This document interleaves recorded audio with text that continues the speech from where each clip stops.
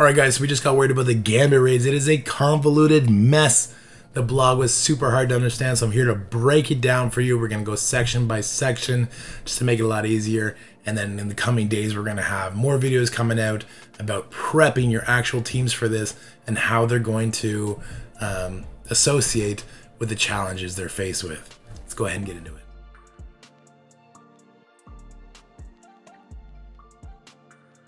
Alright guys, so for this Gambit raid, it is super complicated.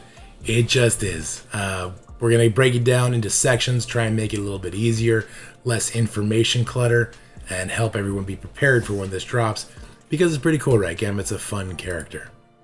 A little bit underwhelming right now, but we'll see what happens with the full team.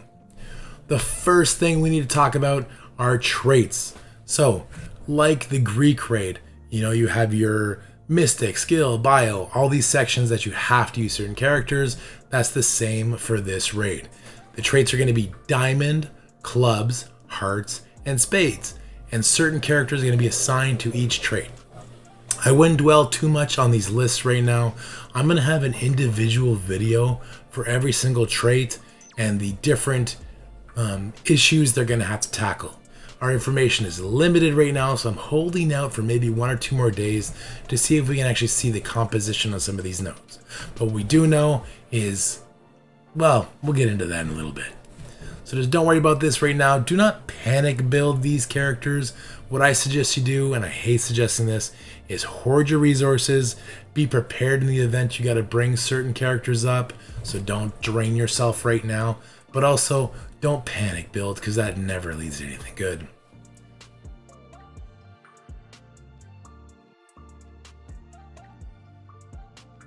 The next thing we got to talk about are the raid lanes. Yes, this is going to be the raid map. It's not as nice as the Doom 2 raid. No other way to say that. The Doom 2 raid is very nice because there's 3 lanes on each side. There's left and right, similar to here. But on that, there's 2 nodes in each lane and then a boss. And at that boss, at any point, whoever's in those lanes, they can go to a different lane and they can help each other, and it's easier to not miss nodes that way. This map is a lot more complicated, and I'm sure in more than one alliance, it's going to lead to missed nodes and an incomplete raid because of it. Trying to avoid that, I'll help you right now. I'm going to make a little bit of a speculation just based on the restrictions in the lanes and the node amounts. So I'm going to call this right here the bottom tier, the middle tier, and the top tier. So the bottom tier, you're going to double up. You're going to have 2 people go left, 2 people go right. On the left, you have Diamond, and that goes all the way up to the top. On the right, it's Hearts. Again, all the way up to the top. In the middle tier, you're going to send 1 on each side. It's Clubs and Spades, and it mirrors each other. And that goes all the way up over here, shoots over to the right, and then you get some help from your red suits. Same on the right side up here, get some more help. Then your top tier. Your top tier, I think you're going to want your best players in your alliance there because they don't get help. And in the case that you are going to have to do some raid swapping, lane swapping rather, they're the only characters that are not going to get any kind of relief. So you're going to have 1 go left, 1 go right, and they're going to hug the inside lane. They're never going to deviate. Just stay on the inside, follow that all the way up to the top up here. So that's what I expect. You can see the restrictions that are coming all over the place. Let's talk about the flow of the map and why I think we're going to have some missed nodes. So the arrows indicate the flow. You can see this little break right here indicates where you can jump over. The arrow shows which direction you can jump over. So the middle tier can jump over to the bottom tier right here and right here, but the bottom tier cannot jump over. The reason you're going to jump over is if you're having issues keeping your team that is restricted in that lane alive.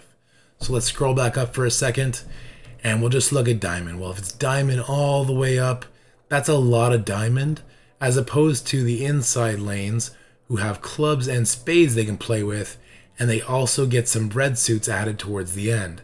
They have more options. So the people on the outside, the bottom tier, might need to shoot in so that they can use different characters. And the people on this middle track are going to have to shoot out. And that's where these arrows come in. But because they don't happen at the same time, you can't shoot in, shoot out at the same time, it's going to lead to a little bit of problems. So what I suggest people do, you're going to send 2 in the bottom, each side, right?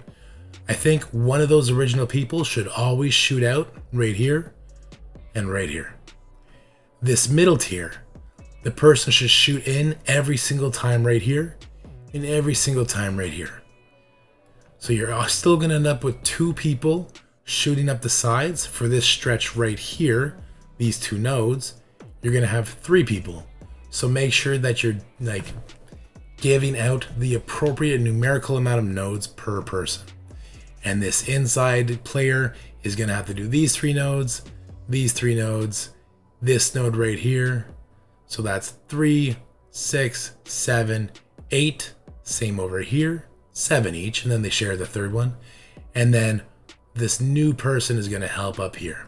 And I think that's going to be the best way to make sure you don't skip nodes and to make sure that your diamond and hearts players aren't overtaxed. Now that is subject to change based on what we see in the actual node composition, the kind of enemies we're seeing.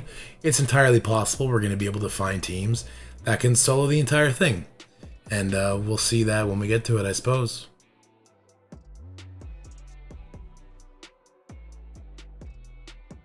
Alright, so we've dealt with that before. We've dealt with traits. We've dealt with wonky raid maps. We're veterans. We've been there before. This is new though. Alternating enemy teams. Kind of scared of this. So each node will feature one of 3 different enemy teams. We're going to do an example because it does get a little confusing.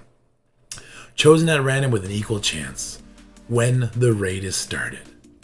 For example, node M1, which has these 3 options. So it's going to be a node that compromises of Brotherhood members, Wakandan members, or Defender / Hero for Hire members. So one day, you can get a node that compromises of Brotherhood members. The next day, the same node might instead compromise of members of the Defenders or Heroes for Hire tag. This is going to create a lot of chaos because in our raid nodes, we tend to find the best way to set it up so that we go into the next node prepared for how it launches.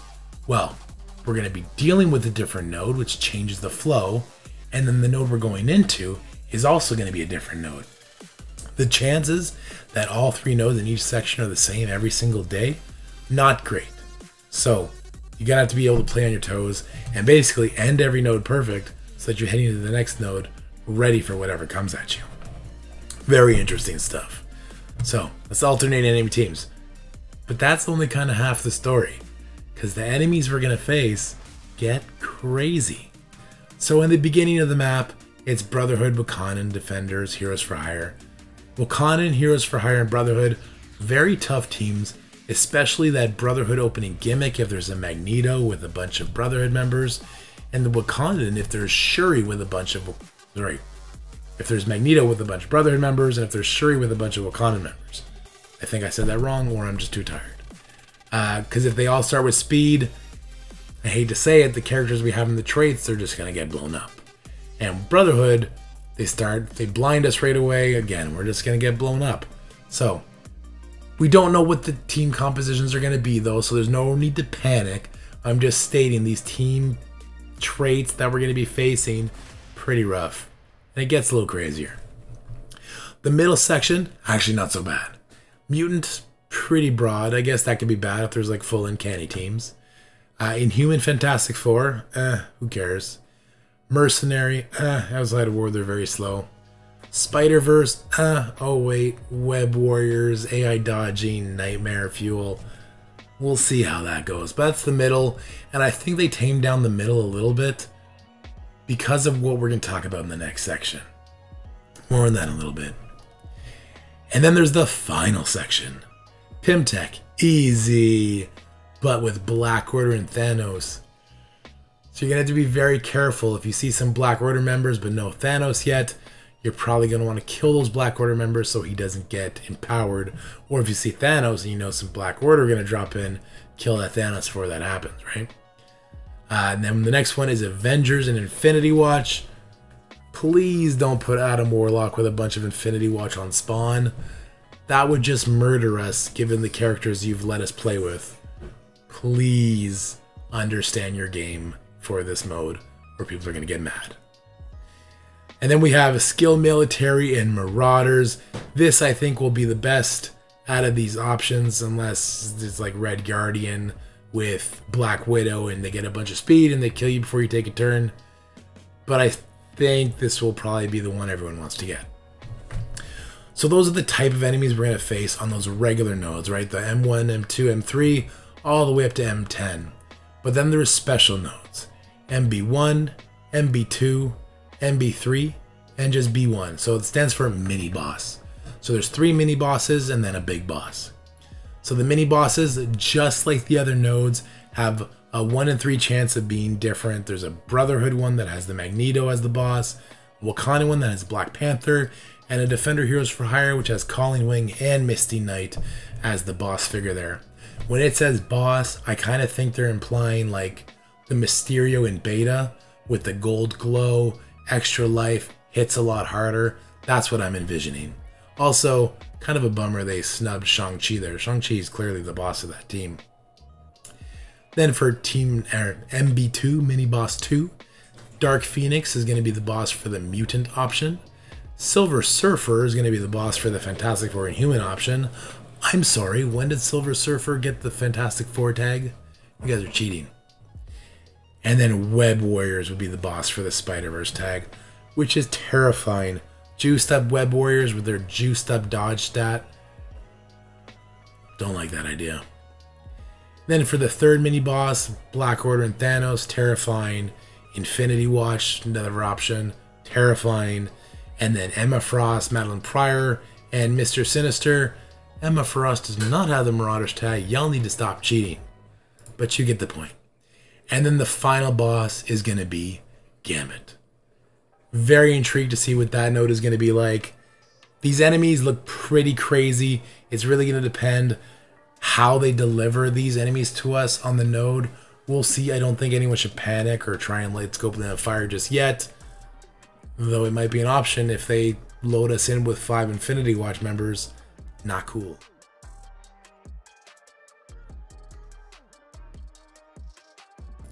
Alright, as if dealing with those type of enemies, with the limited traits we have, isn't enough, we also have to deal with additive combat multipliers. This is where this event / raid starts getting really crazy.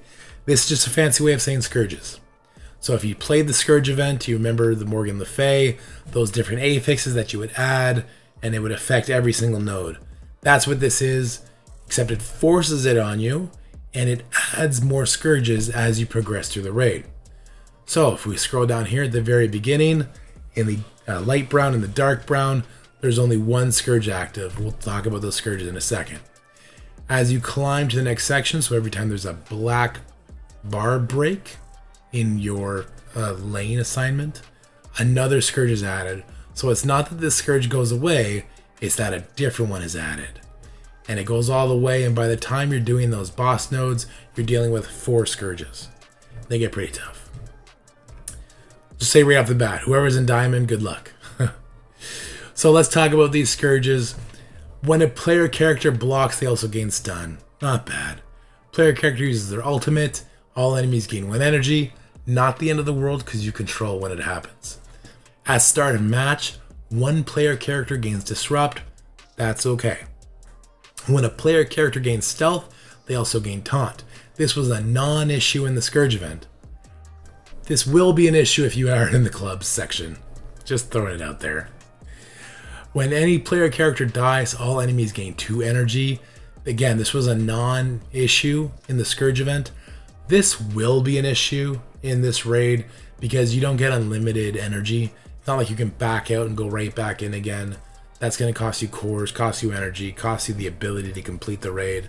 So this one, just play perfect, I guess. It just increases the ante. This is where it gets a little dumb. When an enemy takes damage, they gain a speed up for 2 turns. I don't think Scopely understands how key speed is in this game. That is broken. There's a reason nobody activated this Scourge in the Morgan Le Fay event. I was in the top 10. I spoke with many people in the top 10. Nobody used this Scourge because it's crazy. It's crazy, and you're throwing it at the diamond section really early. They got to deal with it for these 4 nodes, and then these 5 nodes, and the 2 bosses. Have a heart, guys. That's insane. Anyway, all enemies, special and ultimate cooldown is reduced by 1. This is very difficult, but because it came after the speed up one, you get no sympathy. When a player character uses their ultimate, they gain blind. This is annoying, but you can kind of prepare for it so it doesn't totally screw you over. So it's not the end of the world. When a player character uses special, they gain ability block. Same kind of thing as blind. You can prepare for it. Enemies generate 1 extra energy each time they generate energy. This is kind of a no big deal unless there's a bunch of Captain Sam, Shuri, that kind of thing, which I guess we'll see when we see the notes.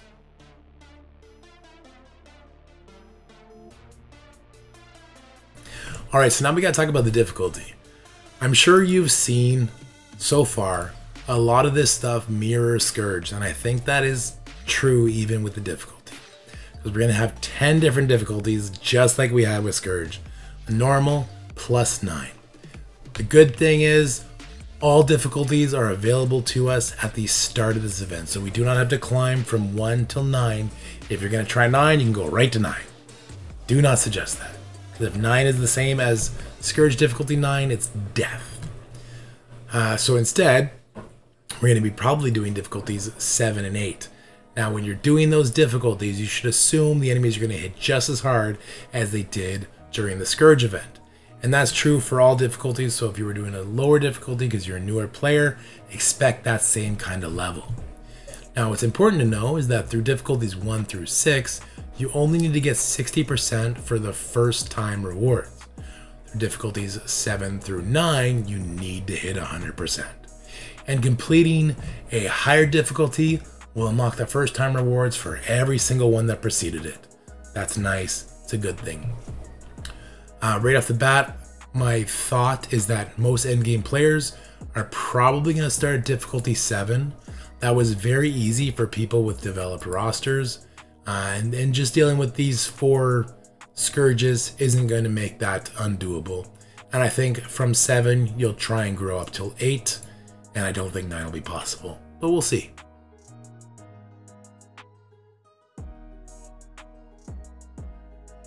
Alright, now the good stuff.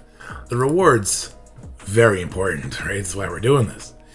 So, it's very similar to the event that are running and have been running since the Nico event, or since the Spider-Woman event, rather. In this raid, we're going to get raid credits, gold, and points associated with the Ace of Raid milestone. That's going to be similar to the milestones running right now. The ranked rewards, so you know when you get your 30, 60, or 100%, are going to include gold fragments, just like we had in Greek raids, so we're not losing anything, and a special orb that drops Gambit shards. So instead of getting like alpha, gamma, or beta orbs, we're getting a Gambit shard orb. Cool. And points towards the Ace of Raids milestone. Again, there's just more milestone points. First time completion rewards will include T2L1 ions, so that's the blue ions, and T2L4 ions, which is the blue ions with the gold crest that we've been getting that are good for ISO blue level 4. Very, very valuable things. And then this Ace of Raid milestone that we're getting points towards through doing the raid, 7-day milestone event, and it repeats twice, which leads me to believe this raid is going to run for 14 days. It'll grant tons of rewards, including the opportunity to rack up more Gamma shards, fantastic, Disco Balls, that's for the Dazzler month-long event, T4 billion materials, and more. That's all good stuff. The second run of the milestones will also include the coveted Glimmer bracelet. That's similar to, you know, Nico's staff, Jessica Jones' jacket, that kind of stuff that just gives a big boost to our Dazzler Rolling Rebel milestones. So you want to definitely make sure you're at least hitting that to try and get those completed teal pieces at the bottom of the Dazzler event.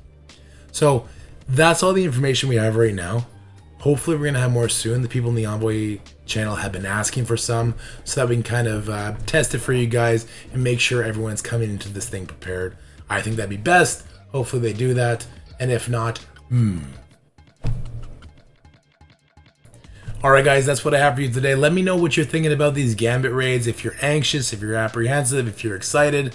I'm kind of a mixture of everything. Hopefully it's going to be fun though. If you like this video, please like, share, and subscribe. Hope you guys are happy, healthy, and having fun. I'll see you in the next one. Peace.